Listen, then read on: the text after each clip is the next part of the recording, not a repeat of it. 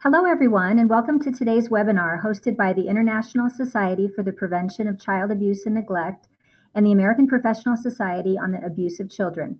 Today's webinar will focus on the fundamentals of psychological maltreatment of children, including its nature, forms, impact, and possibilities for intervention.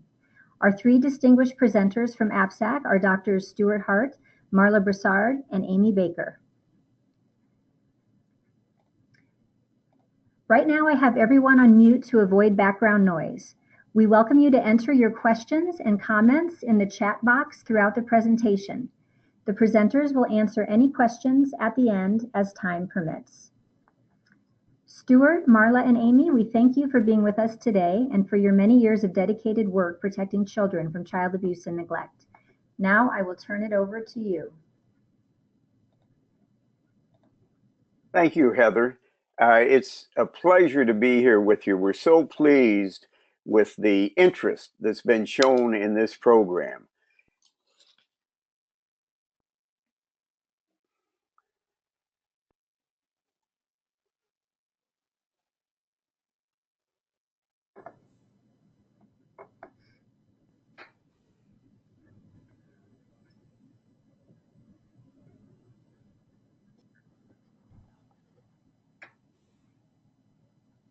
On the screen now, you'll see the names of the presenters and the we're going to show that again at the end because we're very much interested in having you connect with us, to be able to develop cooperation with you to advance the work on psychological maltreatment.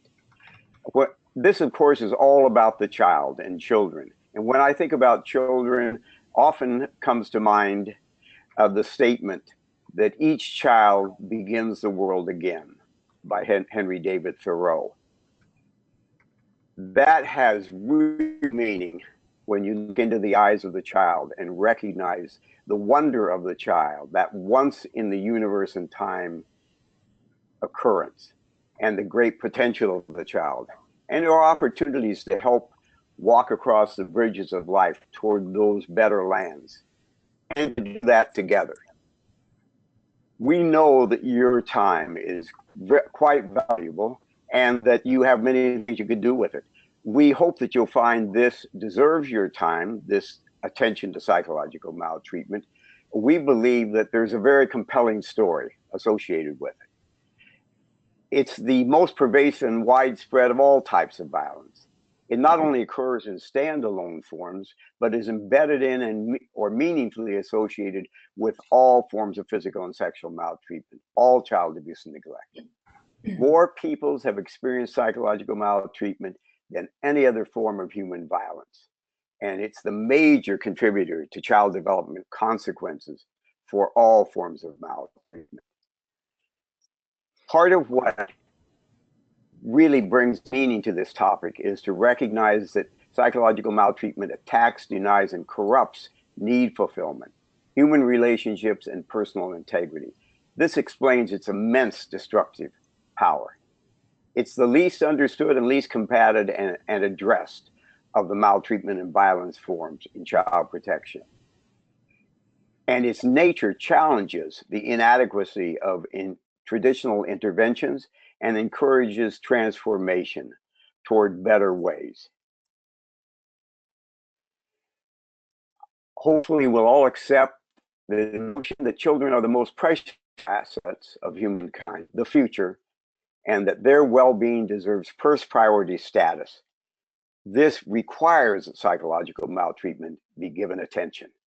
This webinar will present highlights, and I hope you won't be frustrated by the fact that only a small bit of the material can be covered, but instead will be energized to look for more and to do the best you can with the information you have and that becomes available to you. In this presentation, the nature and forms of psychological maltreatment will be covered. Impact, consequences, and consequences of psychological maltreatment will be given attention, and intervention for psychological maltreatment will be explored. Additionally, this presentation provides opportunities to make further advances through our shared experiences related to this webinar. In this regard, your questions, suggestions, knowledge, and future cooperation will be solicited and given attention during and following the webinar.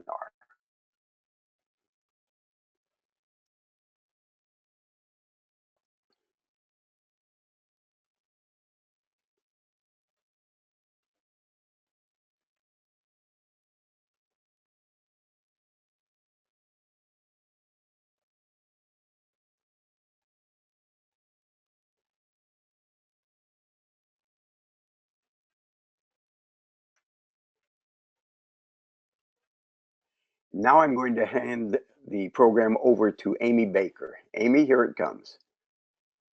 Okie doke.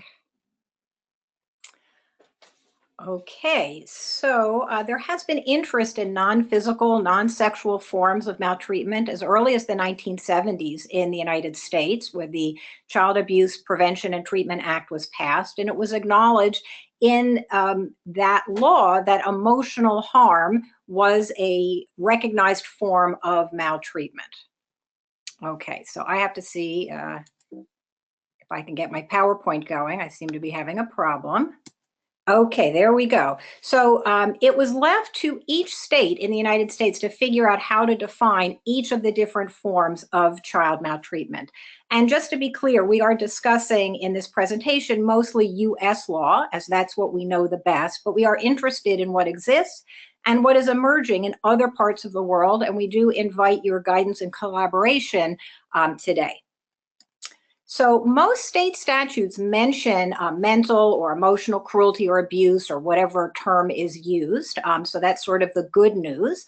However, in most state statutes, psychological maltreatment is described as the harm that has already occurred to the child.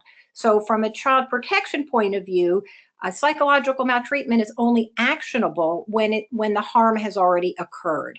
And our position is that psychological maltreatment is really best defined as caregiver behaviors that are likely to cause psychological harm to the child. And that way, prevention, intervention, and treatment can occur. We don't have to wait for a child to already be harmed. So the definition that we're going to present today is the APSAC definition, and you should have that available to you. It's in the practice guidelines. So psychological maltreatment, as defined by the American Professional Society on the Abuse of Children, it's defined as a repeated pattern or extreme incident of caretaker behaviors that thwart the child's basic psychological development needs and conveys to the child that the child is worthless, defective, damaged, unloved, unwanted, endangered, primarily useful in meeting another's needs, and/or is expendable. So this definition and the forms of psychological maltreatment that we'll be presenting here are the result of a long history of accumulated research and expert opinion, some of which is covered in the references we've made available. Okay, so prior to discussing the major subtypes of psychological maltreatment, I do want to highlight 3 assessment issues. The first is that unlike other forms of maltreatment, psychological maltreatment is best assessed with what we refer to as a thick slice of data, meaning multiple observation points. And that is because unlike physical abuse and sexual abuse, where a single incident is actionable or reportable, psychological maltreatment is really best understood in the context of the relationship between the parent and child, and that is best observed over time. The second issue is that some forms of psychological maltreatment are dependent on the age and developmental of the child. So, for example, spurning or isolating an infant is going to look very different than spurning or isolating a teenager. So we have to understand what is the meaning of the behavior, taking into account the child's age and development. Likewise, some behaviors have different meaning depending on the cultural or familial context. So we need to take into account the pattern of behavior, the age and development of the child, and the cultural context when we are assessing for psychological maltreatment. So there are 6 types of psychological maltreatment as defined by the American Professional Society on the Abuse of Children. And what I want to do now is give you a quick tour of these types with some examples. The practice guidelines include much more detailed information, many more examples, and more precise wording. So I've paraphrased some of the wording to make it more digestible in this format. So the first type of psychological maltreatment is spurning, and this is probably what most people think about when they think about what psychological maltreatment is. So this is verbal and nonverbal caregiver acts that reject and degrade a child. So examples of spurning are having a cruel nickname for the child, saying, "I hate you," or looking disgusted, mocking a child for being sad, angry, hurt, or scared, treating a child different than siblings, worse than siblings, and denigrating the child's loved ones. So some parents demean a child or play pranks on a child in the name of having fun, might be what this picture is about. But children can still internalize the negative message, even if the message is supposedly part of a joke. So the intention of the parent isn't relevant. The parent might have intended to be funny, but if the child ends up feeling, "I'm disgusting, I'm terrible, I'm unloved, I'm ugly, I'm unwanted," then it constitutes psychological maltreatment, regardless of the intention. So baby birds are hardwired to open their beaks when the parent bird approaches the nest, and likewise, children are hardwired to cry when they fall down or when they're scared. Some emotional expressions and needs are really outside of a child's control. So if a parent experiences a child's normative expressions of fear or hunger or sadness or anger as greedy and disgusting or shameful, the child will then take that message in and come to believe that there's something wrong with him. So Disney may believe that scapegoating is character building, but the research shows that in general, children feel demeaned if they are singled out for worse treatment than their siblings. It's a lot harder to not take it personally if a child can observe the parent being appropriate with the other children in the family and is only harsh and demeaning towards that child.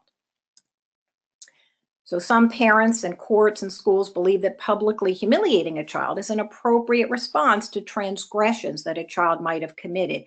But again, there's no evidence that this does anything other than demoralize a child. So here the child is being told or being put in a position of having to tell people, honk if you hate bullies, I'm a bully. So every time somebody drives by and honks, the child is going to have the message reinforced. I am, I'm worthy of hate, and that's not going to do anything but demoralize this child. Okay, the second type of psychological maltreatment is terrorizing. That's caregiver behaviors that threatens or do hurt the child or the child's loved ones. So examples are threatening to abandon the child or allowing the child to witness the parent hurting themselves, frightening the child, telling the child that someone will hurt them when it's not true, expecting perfection and rejecting the child for failing to meet those standards, or telling the child that the other parent doesn't love them. So obviously this is terrifying. I wouldn't want to be there.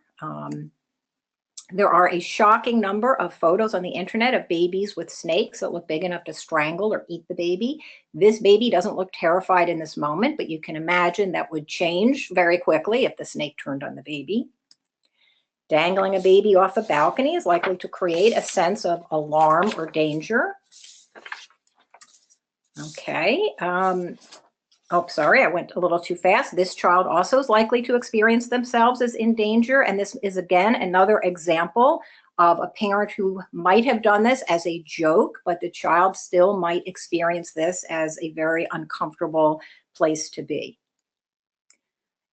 This child will experience herself as worthy of being hurt and in danger and most likely terrified. Her body will gear up for an attack. And even if the attack never comes, the negative thoughts and impact on the stress systems of her body will be affected. So the psychological part of this is present whether the physical part actually takes place. The next form of psychological maltreatment is isolating. These are caregiver acts that consistently and unreasonably deny the child opportunities to interact with others. Examples include locking a child in a small space, leaving a child unattended in the crib or playpen for an extended period, not allowing the child to communicate with the other parent in a divorce situation, and interfering in the child's appropriate friendships. So the joke here is that isolating a child does not generally lead to improvement of his or her behavior. So when parents expel a child to the bedroom, for example, for acting badly, it can cause resentment and a feeling of being unwanted and unacceptable. This documentary shows the negative effects on a group of siblings who were never allowed out of the house. They were socially isolated for their entire childhood. And the movie shows just how extreme the warping was of their behavior. For example, they became obsessed with reenacting extremely violent movies. However, they did have each other for social interaction, so their development was not as severely compromised as it was, for example, for this girl who was raised in absolute total isolation, total darkness, alone in a closet for at least, I think, the first 7 years of her life. And the impact on every aspect of her growth and development was profound and long-lasting.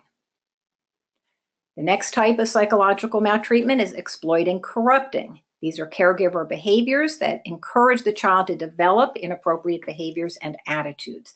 And there's many, many types involving prostitution, pornography, criminal activity, drugs, violence, truancy, as well as asking the child to spy on or keep secrets from, lie to, betray, or make false allegations or denigrate the other parent, interfering in the child's relationship with the other parent, having an enmeshed relationship with the child, which could involve parentification, treating the child like a parent, adultification, treating the child like a peer, or infantilization, keeping the child an infant. Okay, so here are some examples of exploiting corrupting. We have smoking and drinking and pole dancing. And this is probably what somebody thought of was a joke, but again, the joke was at the child's expense. We have some drugs. Here's an example of parentification. The child is dutifully attending to his parent. We have infantilization, the child being given the message that the parent needs him to stay a baby. Adultification, expecting or treating children to act and behave and look like adults, which I think you can see from this picture can be terrifying for a child as well as corrupting them. The next type of psychological maltreatment is emotional responsiveness. This involves caregiver acts that ignore the child's needs for affection and attention. Examples are being too bored, busy, depressed, high, self-involved to pay attention to or respond to the child, ignoring the child's pleas for help, not spending quality time with the child, rarely, if ever, saying, "I love you," hugging, or praising the child. So what we do matters. It's not just what we say to children. So here's an example of a parent who says that she understands that the child needs more love and affection, but she's showing through her actions that she is unable or unwilling to actually meet his needs. Okay, the next type of psychological maltreatment is mental health and educational neglect, not allowing or supporting the child's needs for therapy, academic or educational assistance, and not allowing or supporting the child's needs for medical care. So that's a sort of a whirlwind tour of the 6 major types of psychological maltreatment. I do want to end the presentation with a positive, because I've just shown you a lot of very disturbing and upsetting pictures. This is what we really want, I think, for all children, to look in a parent's eyes and see themselves reflected back with love. All right, and I'm going to pass this on to Marla, if I can. Okay, I'm about to do that. Okay. Do I have this now? Here. You have been made the presenter. Show my screen. Okay. There we go. I'll get rid of this too.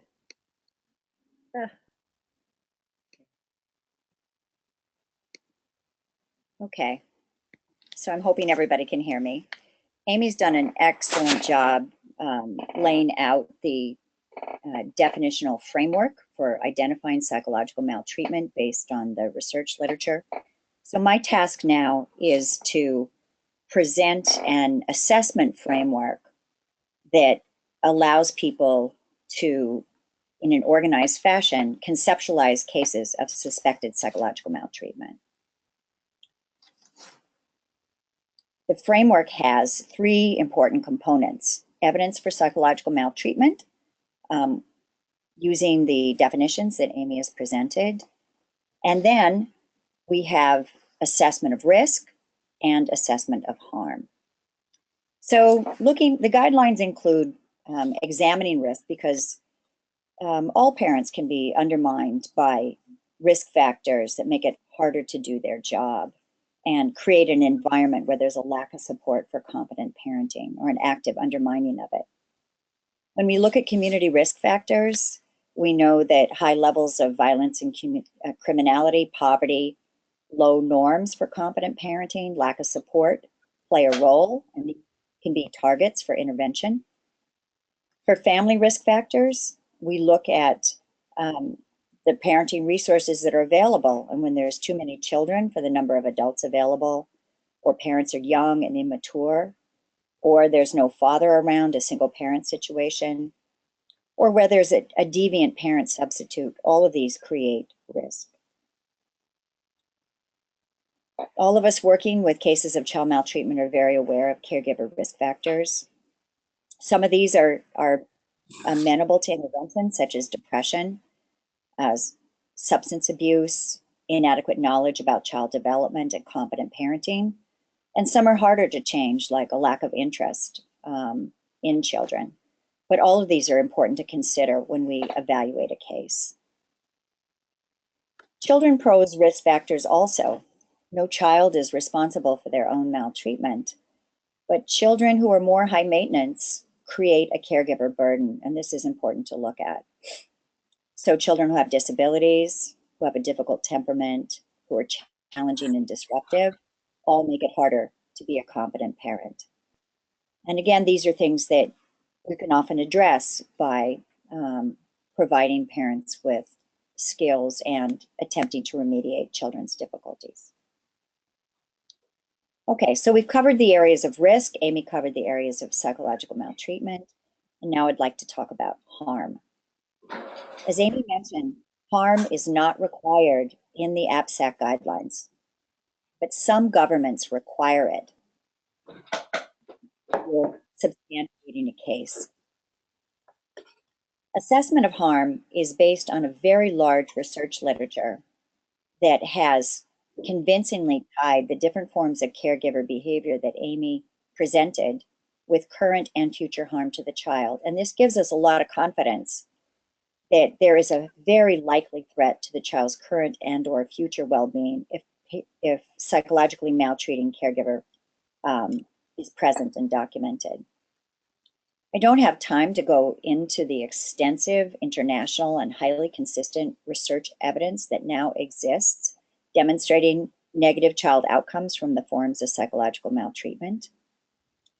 But these findings come from studies that have included all forms of maltreatment, and many of them have either found equally powerful detrimental effects on children as like physical abuse, sexual abuse, or neglect, or uniquely more powerful effects for psychological maltreatment. Now, when we look at harm, we're looking at children's behavior, and that's how we get our evidence of harm. But we have to be careful to rule out other factors that might cause a child's behavior problems. The most obvious ones include psychological trauma that's unrelated to maltreatment. Children can be maltreated by someone other than the caregiver, and you frequently see this with the very damaging effects of ongoing peer victimization and bullying. Children can inherit vulnerabilities, and these can include a genetic vulnerability to mental illness that are independent of care. There are two types of harm that we look for, and there's a good research literature on both of these. The first one has to do with a distortion or delay of key age stage salient developmental competencies. The other has to do with psychological, particularly emotional, behavioral, or physical distress that is impairing current functioning or is likely to impair future development and functioning. Signs of distortion or delay have to do with the fact that children are developing in a relationship with a caregiver.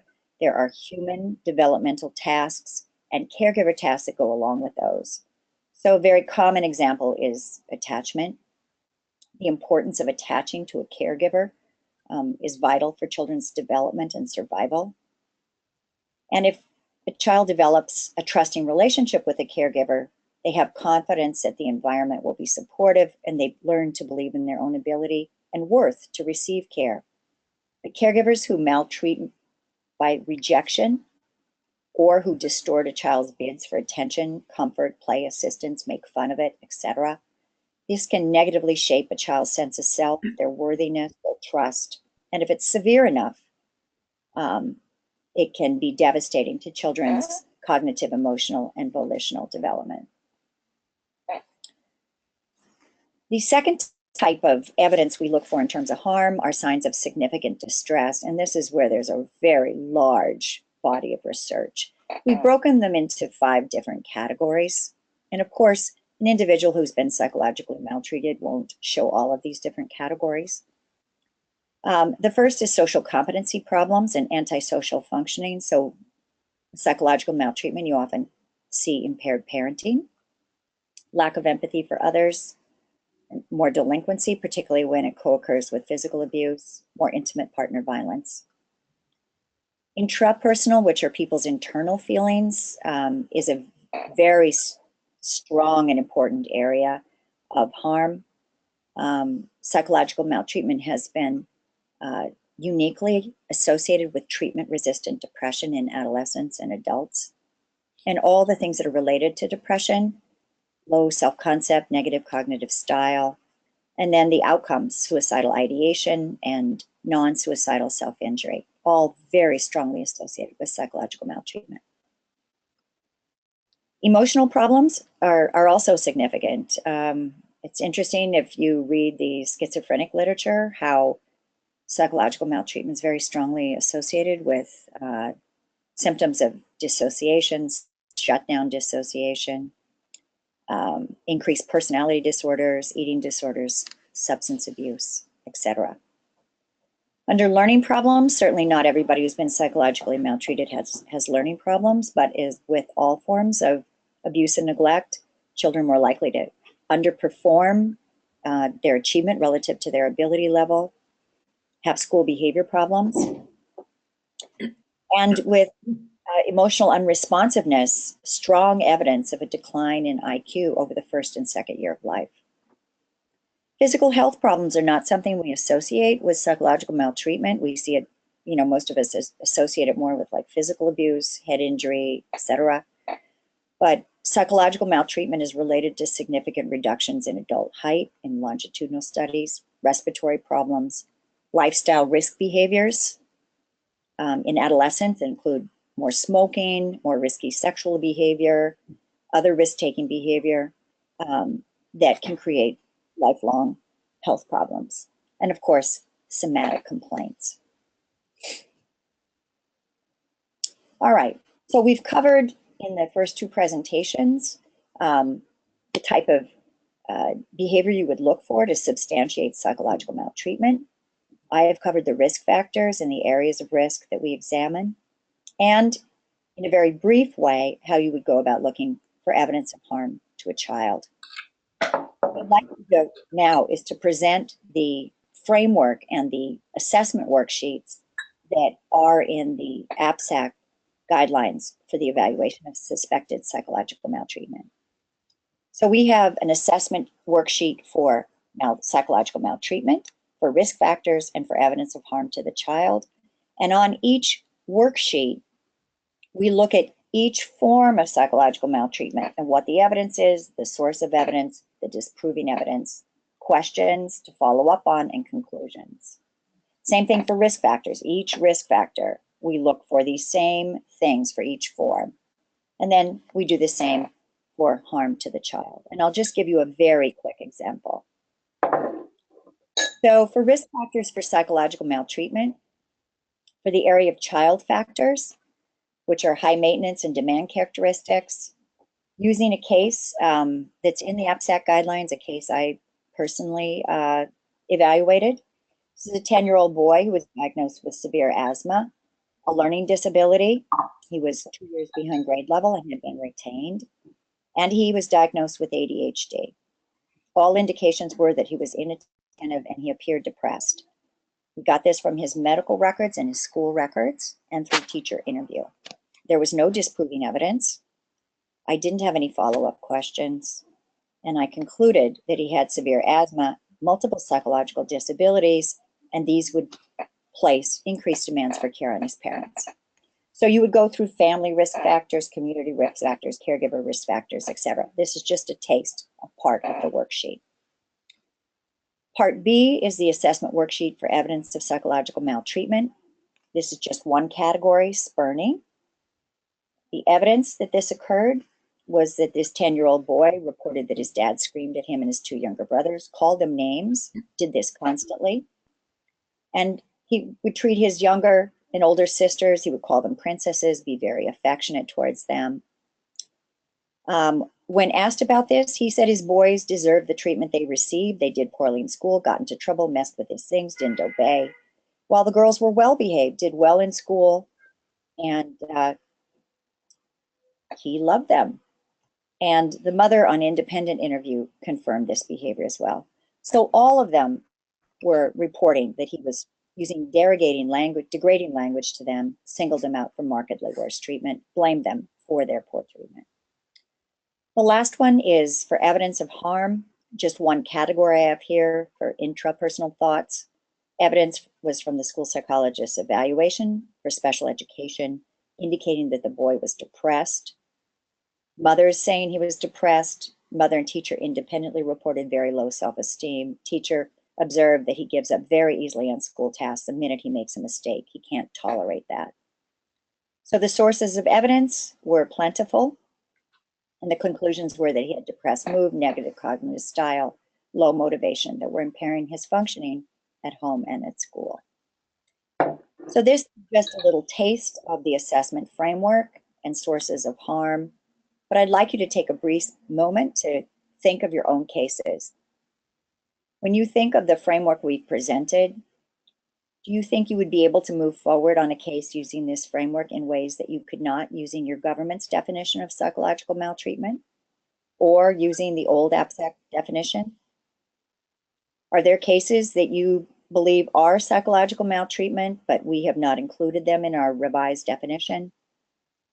Do you have any other comments or concerns about the new APSAC definition and assessment framework? If you do, we invite you to type them in on the control panel on the right of your screen or to email us. We're very interested in your comments and your feedback. Thank you very much. And I'm now going to turn this back to Stuart.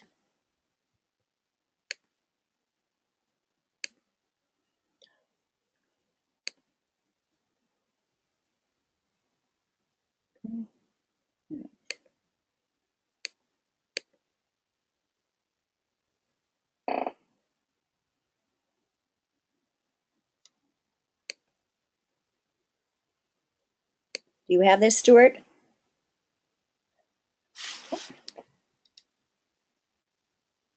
Did that twice.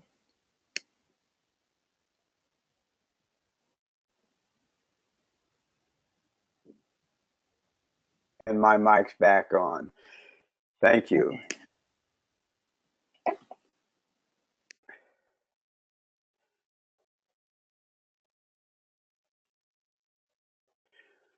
Well, those terrific presentations by Amy and Marla, which are truly the peak of the editions, and not the great depth and breadth for which there isn't time, but is available in other sources.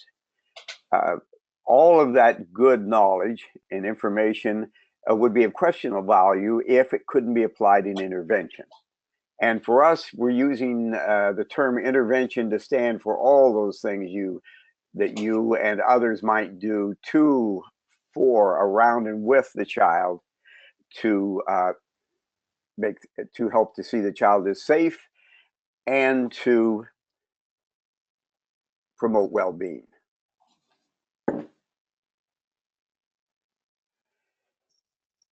There's a context here that is important in thinking about psychological maltreatment. It is one aspect of all of the violence and maltreatment that occurs, and so it's important to consider some of the trend lines. There's widespread dissatisfaction with traditional child abuse and neglect interventions. The UN Secretary General's study on violence against children recognizes this, and it champions change. Guidance toward that change was given particularly through the UN's General Comment 13, the right of the child to freedom from all forms of violence. I recommend that to everyone working in this area. Within those sources, you find particular emphasis given to multi-tiered, multi-sector approaches. And that means, in a way, it relates to what we used to call primary, secondary, and tertiary prevention or intervention. And the strong encouragement that is emerging is to see that those are well connected and harmonized, and to give high priority to promoting child well-being and primary prevention consistent with children's rights and a public health orientation.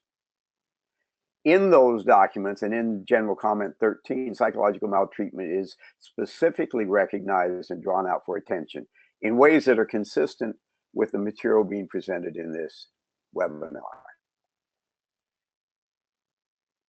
Thinking again about psychological maltreatment and its particular challenges and contributions, I'm not going to repeat the ones at the top in the smaller print, which were presented earlier. I'll just emphasize that we very much need interventions specifically developed for psychological maltreatment, which are evidence-based in regard to their success. At this point, some would argue that there are no such interventions that have been specifically developed for psychological maltreatment. So we need to look at other interventions and the relationships and the potential for including psychological maltreatment. It's also important to remember that psychological maltreatment reveals a fundamental and central truth about all maltreatment and about all opportunities in truth for child well-being. Human relations and human needs are the primary issues.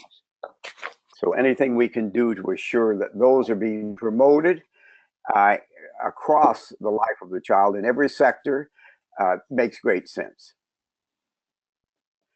The way forward that I'm going to give emphasis to today is to greatly strengthen intention in regard to psychological maltreatment and realize that intention in action and accountability.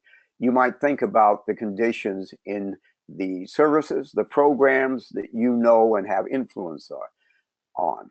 What is the level of intention? And then related action and accountability regarding psychological maltreatment. Certainly for all levels and sectors, there should be an infusion of psychological maltreatment knowledge in both the combating of violence and maltreatment and promoting well-being. And you'll find in our work repeatedly that we pair those two. We think it's essential that promotion of well-being informs every aspect of combating violence and maltreatment, with particular attention to human needs, empathy, and pro-social skills and behavior. Empathy is a central concept here. Many would argue it's the basis for our human rights treaties. And recent research has shown that we can actually advance empathy for people in training and education. Tier 1, promotion of well-being and primary prevention of psychological maltreatment. Some of the areas in which you can bring psychological maltreatment to bear: public information and normative standards, to see that it is included, that you're educating all the publics, and that you're encouraging them to include the knowledge about psychological maltreatment in their expectations for the behaviors around and influencing children, and to act to support, to promote good behaviors, psychological interpersonal behaviors, and to stop the destructive behaviors. The home visitor programs that so many of you know and that seem to have so much promise It would be wonderful if they could be applied to all first-time parents. There are some parts of the world in which that's being done, and if psychological maltreatment, of course, should be at the center of those psychological knowledge. If you were to ask experts, and I wish there were a way to survey the group that is taking part in this presentation right now, the question, well, if you could only choose one goal to pursue in regard to the well-being of the child and reducing harm to the child, what would it be? Many people would say secure attachment would be the one goal if you had to choose just one. That's what establishes the foundation for good human relationships, for valuing self, for exploring and becoming an actor in the world in positive and constructive ways. And of course, it demands that physical needs, safety needs, and love and belonging needs are met, which are in great jeopardy from psychological maltreatment. Tiers 2 and 3, combining the risk correction, it makes sense to include psychological maltreatment and psychological maltreatment harm in all risk assessment. So ask yourselves, are we doing that? It makes sense to take a close look at and consider advancing the dual factor mental health model in the programs that you are a part of or can influence. This model, which promotes subjective well-being and reduces psychopathology, has been shown through recent research to result in superior quality of life outcomes. And it's very consistent with our overall themes here. Psychological maltreatment inclusion in all aspects of child protection work, definitely. Think about this. If you looked at standards and definitions, reporting frameworks and processes, investigation, determination, and intervention, is psychological maltreatment included within those? Inclusion of psychological maltreatment knowledge in professional and parent education programs, and particular emphasis on relational intervention programs. Recent consideration of what are the most promising intervention designs and strategies has led to some very respected researchers indicating that relational interventions are the interventions of the greatest promise across all maltreatment. And they give particular attention to the fact that humans are primarily psychosocial beings whose needs are met or denied and frustrated through human relations. The components in those programs are many, maybe most of, and in some cases all of the items, the factors you see on the screen now. Home visitor approach, working with parents in early years. I'm going to emphasize one in particular, the focus on caregiver-child dyad, with priority given to the relational nature of their behavior and interactions, and then clarifying that, helping people to understand it, and then to act differently as needed in support of the child's development and in strengthening, making that relationship a very positive one. We think the relational interventions are so important that we want to be part of creating resources that will help people come in contact with those, give them consideration. So recently, colleagues working with us, Christina Fioravanti and Hannah Grossman, have developed a table in which 12 relational interventions are analyzed and information about them is presented. You see here for the particular intervention, child-parent psychotherapy, CPP, that the name and references are included, that the theory base is given, the main purposes, who's involved, the intervention pattern. Here are a weekly 60-minute sessions, the process, the therapist interventions, express the voice of the child, encourage parents' understanding of the child's thoughts, feelings, needs, wishes, and fears. The effectiveness, you can see that it promotes attachment security in maltreated children, positive self-representation in maltreated preschoolers, and so on. And the criteria it meets is that it is supported by research evidence. Now, with the little time I have left, I want to get you to think about taking part in a little exercise in regard to two of the major intervention components that deserve promotion for advances. If on the screen now you see two continua. One raises the question, to what degree is psychological maltreatment incorporated in the programs and work, going from the left, no incorporation, to the right, full incorporation. The second one is, to what degree are the two major goals, combating violence and maltreatment and promoting well-being, included in the program? Is it a one-factor focus on the left? Is it a full factor, two-factor harmony to the far right? And of course, that's what we're encouraging. On the screen now, you see a 2x2 table in which the vertical axis on the left runs from no attention to psychological maltreatment to full attention to psychological maltreatment.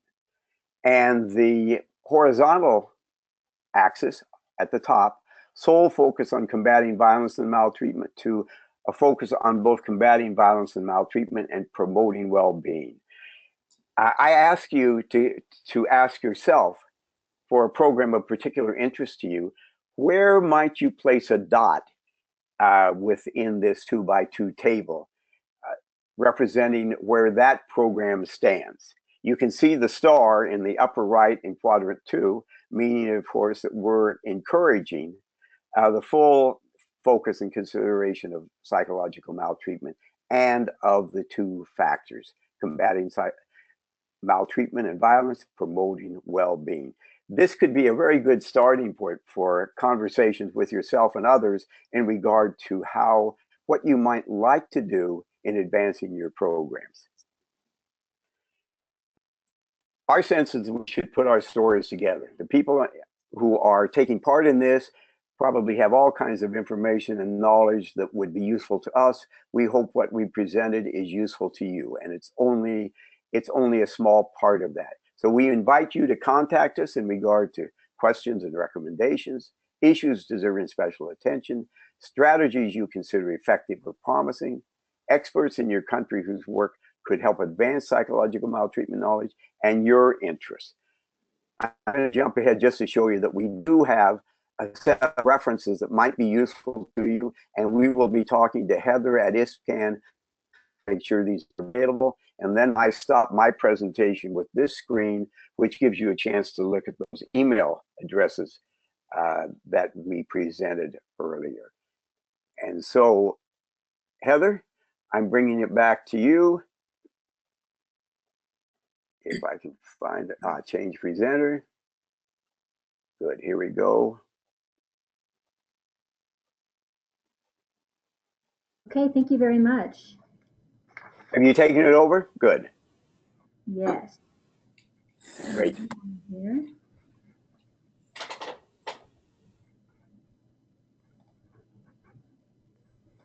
Hold on one moment. Thank you, Stuart, Marla, and Amy, for sharing this very important information with us today.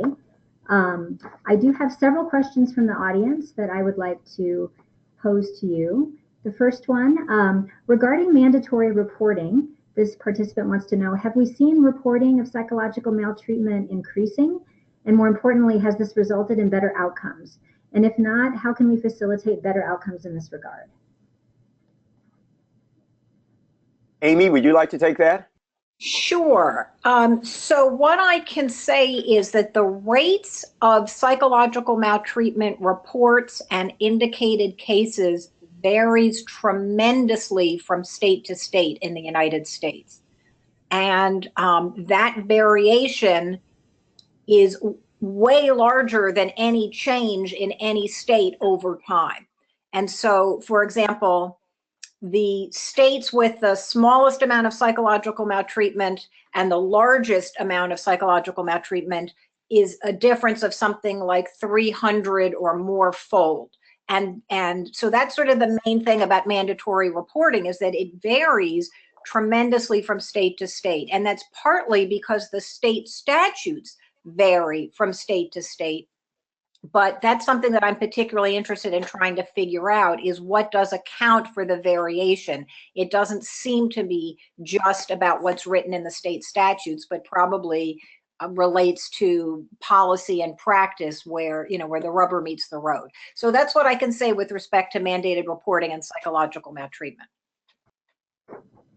I'll just add to that the comment made in the intervention section that it will have a great and can be positive effect in giving more attention to psychological maltreatment if it is specifically included in all of the standards and processes of Child Protective Services. Heather? Okay, great. Thank you. Another attendee is asking, how should a parent respond when seeing examples of PM? Do you report it to Child Services? I'm not sure if they're referring to perhaps the other parent perpetrating this. And then also this same attendee wants to know, if a therapist sees psychological maltreatment or suspects this, what should we expect them to do? I'll take a stab at this. I think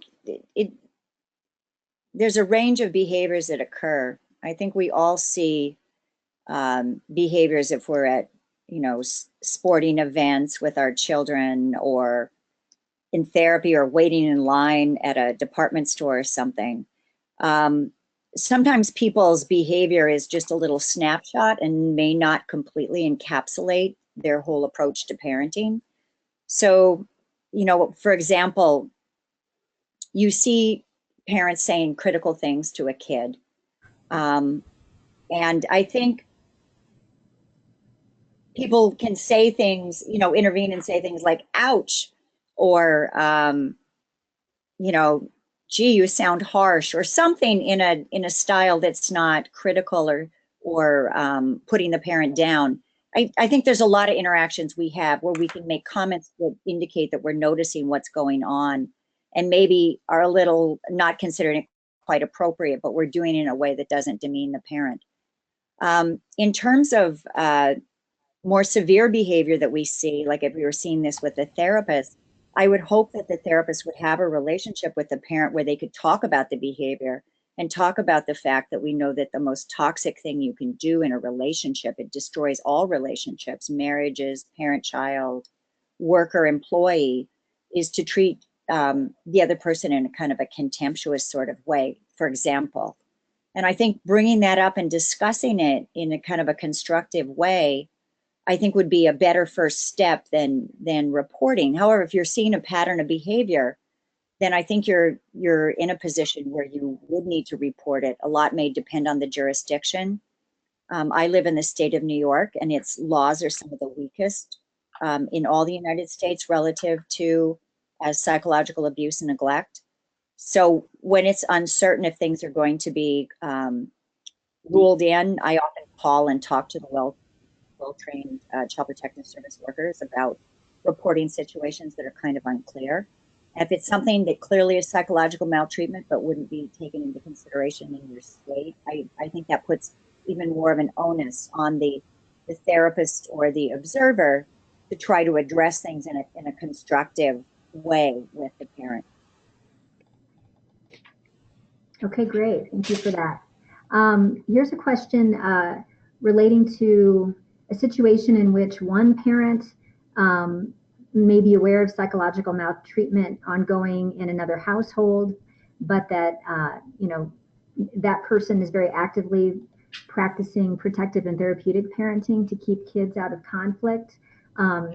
So basically, this person, I think, wants to know if there's any empirical observations or professional experiences that you've had or that you know of in the field that can shed light on how these children tend to develop in a divorced case where one parent suspects PM but is working very hard to mitigate the effects of that. That's a specialization area of Amy's. Amy, would you like to comment?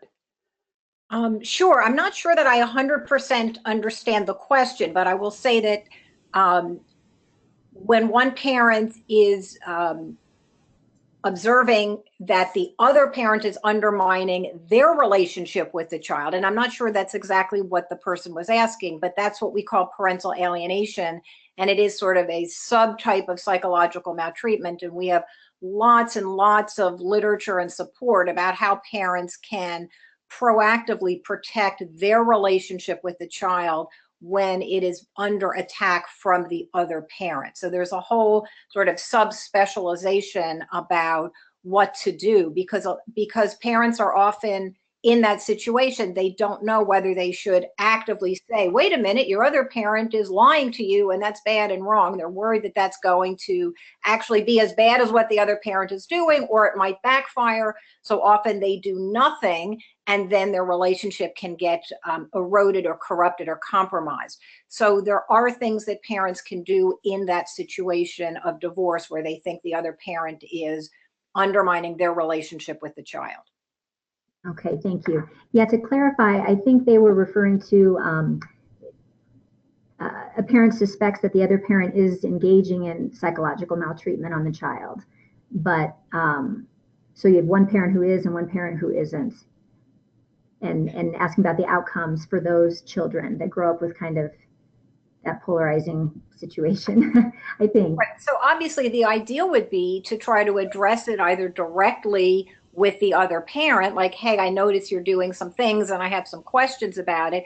But also divorcing parents do have mechanisms that parents in an intact family don't, such as a parent coordinator or an attorney for the minor child or a GAL. There are different terms in different states, but there are ways, at the most extreme, a parent could file a motion and say, hey, I want a custody evaluator to come in and look at what's happening. I have some concerns about the parenting of the other parent.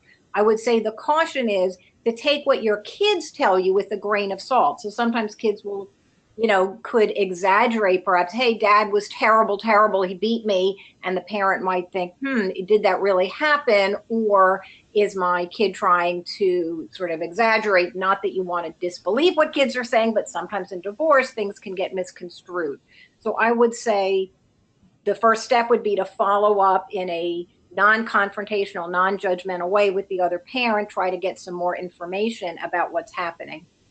And if you are really concerned about the parenting of the other parent, people in divorce situations do have these resources that they can call on if they have legitimate concerns. Okay, great. Thank you. And I think we have time for maybe one more quick question. This person is talking about, let's see, in the U.S., we have several decades or generations of children raised with anxious, avoidant, and avoidant attachment. What is the plan and method to recover now adult-like children who are trapped in a childlike psychological developmental state?